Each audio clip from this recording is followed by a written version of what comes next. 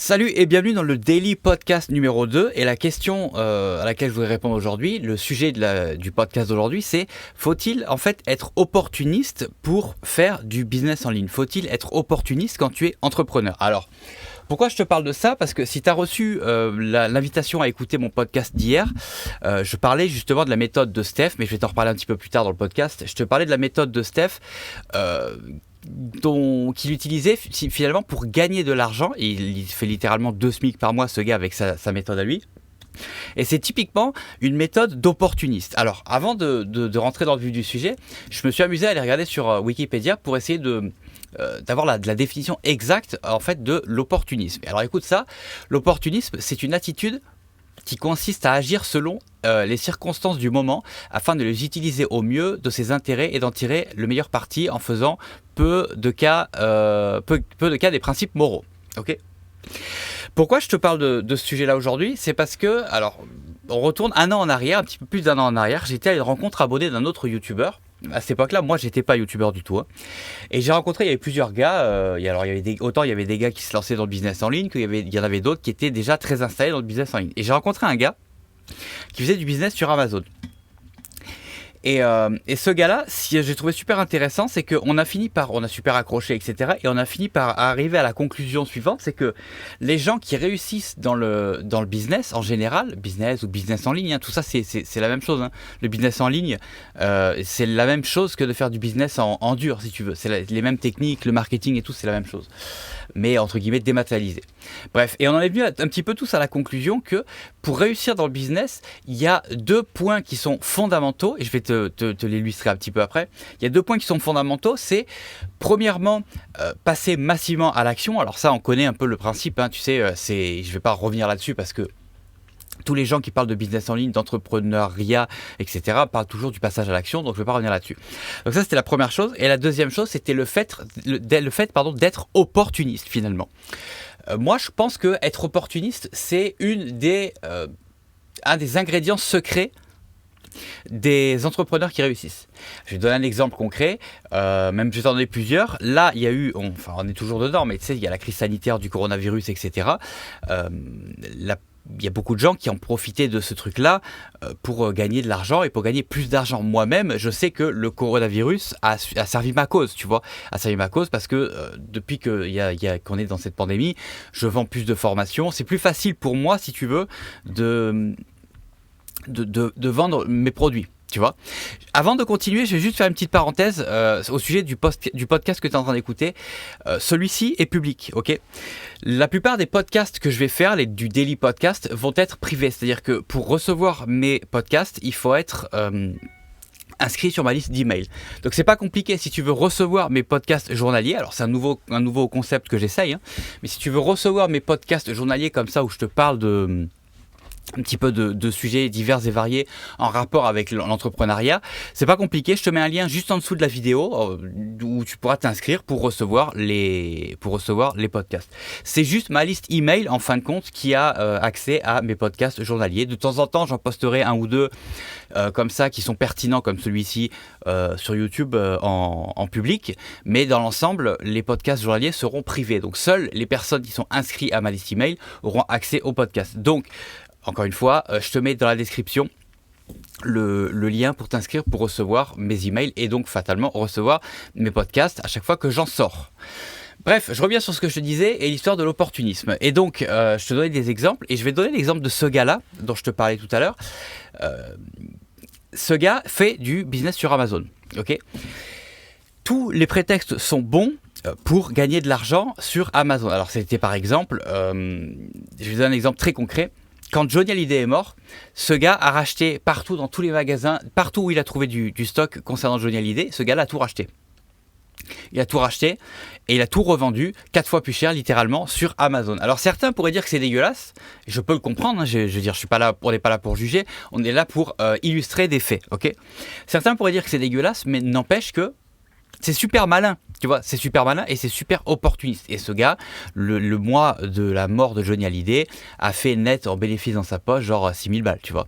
Parce qu'il a su être opportuniste. Et il y aurait plein d'exemples comme ça, je vais pas rentrer dans les détails parce que sinon je pourrais en parler pendant 10 minutes. Mais il y a plein d'exemples comme ça qui illustrent que l'opportunisme dans le business, c'est pas mal. Bien au contraire, l'opportunisme dans le business, c'est bien. Je te parlais tout à l'heure de la crise du coronavirus, etc. Il n'y a pas de problème. Présentement, je suis en train de travailler avec Yann, tu verras Yann bientôt sur ma chaîne un petit peu plus, mais avec Yann pour l'instant on est en train de travailler sur un nouveau projet qui est littéralement hyper opportuniste. Ça veut pas dire que opportuniste c'est pas incompatible si tu veux avec le fait d'apporter une solution à un problème et de répondre à une problématique importante. C'est pas du tout le problème. Quand il y a eu la crise du coronavirus, encore une fois, Jean-Marie Corda, alors je sais pas si tu connais Jean-Marie Corda, je t'invite à aller checker ça sur YouTube, vendait littéralement des espèces de petites formations et des listes un petit peu comme des listes d'achat pour les survivalistes, pardon. Les survivalistes, c'est les gens qui croient, entre guillemets, alors je vais te faire un truc rapide là, les survivalistes, c'est les gens qui sont prêts, entre guillemets, à la fin du monde, en gros. Bref, tout ça pour dire que oui, effectivement, l'opportunisme, c'est, je pense, encore une fois, c'est ma vision des choses, c'est une des composantes essentielles pour gagner sa vie quand tu es dans le business, que ce soit le business en dur ou alors le business en ligne. Hier, je te parlais de la méthode de Steph. Là pareil, encore une fois je te mettrai le lien vers sa méthode pour que tu puisses aller découvrir ça en dessous de la vidéo et également dans l'email si tu reçois ce podcast par email. La méthode de Steph, c'est pareil. Steph est en cheville avec tout un tas de fournisseurs et il reçoit des produits gratuitement, il les teste. S'il veut les garder parce que ça lui plaît, il les garde. S'il veut pas les garder, il les vend. Mais ça lui a coûté littéralement zéro. Et c'est ouf de savoir que aujourd'hui, avec des méthodes de la manière dont celle de Steph, tu peux te faire, lui, ce gars-là, il se fait littéralement $2500 par mois juste en revendant les trucs que ses fournisseurs lui envoient, tu vois. Donc tout ça pour dire que c'est bon d'être opportuniste. Il ne faut pas que tu aies peur d'être opportuniste quand tu vois quelque chose sur lequel tu pourrais potentiellement gagner de l'argent. Il ne faut pas que tu aies peur de dire ouais mais c'est pas bien quand même. Parce que à partir du moment où tu apportes la solution à un problème, je vois pas pourquoi c'est pas bien d'être opportuniste. La crise du coronavirus est un très très bon exemple. Il y a plein de gens, dont moi j'ai rien à cacher, tu vois. Il y a plein de gens qui ont gagné beaucoup d'argent avec la pandémie. Il y en a qui vont continuer à en gagner. Il n'y a pas de mal à partir du moment où tu réponds à une problématique et où tu es vraiment là, si tu veux, pour apporter une solution, pour apporter de l'aide à tes prospects, tu vois. Donc il n'y a pas de mal à ça. Donc finalement, au bout de la ligne, pour répondre au sujet initial du podcast, faut-il être opportuniste pour gagner de l'argent quand tu fais du business, que ce soit en business en dur ou en business en ligne? Pour moi, oui, il faut être opportuniste. Il faut pas avoir peur. Et c'est ça la morale, en fin de compte, du podcast d'aujourd'hui, c'est que pour moi, il faut pas avoir peur d'être opportuniste. C'est bien d'être opportuniste. Opportuniste, c'est quelque chose qui a une connotation un petit peu négative, mais c'est pas forcément négatif. Donc, je t'invite vraiment dans ton business en général à être opportuniste. Et puis, tu verras que probablement, en tout cas, je l'espère pour toi, tu pourras gagner beaucoup plus d'argent.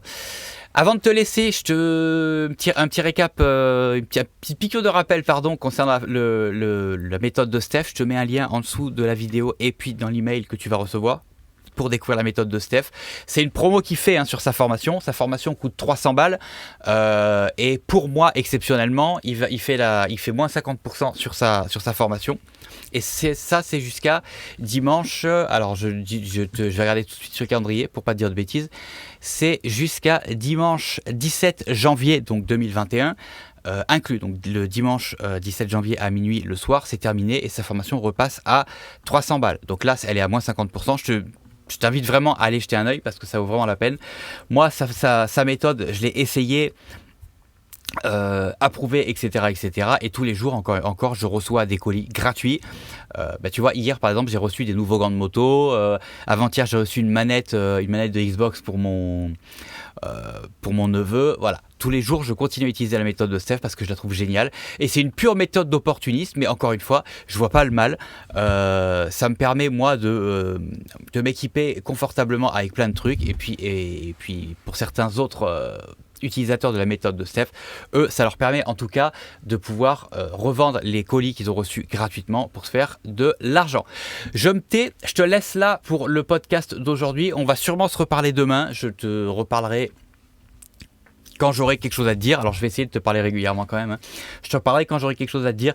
N'oublie pas de me dire en dessous de cette vidéo ou alors par email si le principe des podcasts te plaît. C'est super important pour moi de savoir si le principe des podcasts te plaît. Si ça te plaît pas, ça sert à rien que j'en fasse, tu vois. Si vous ne l'écoutez pas, ça sert à rien que j'en fasse. Alors que si vous aimez ça, vous trouvez ça cool et vous les écoutez, il faut absolument me le dire, c'est très important parce que si vous aimez ça, je vais continuer. Je me tais, je vais vous laisser pour aujourd'hui. On se dit bye et on se parle dans le prochain podcast. Ciao, ciao.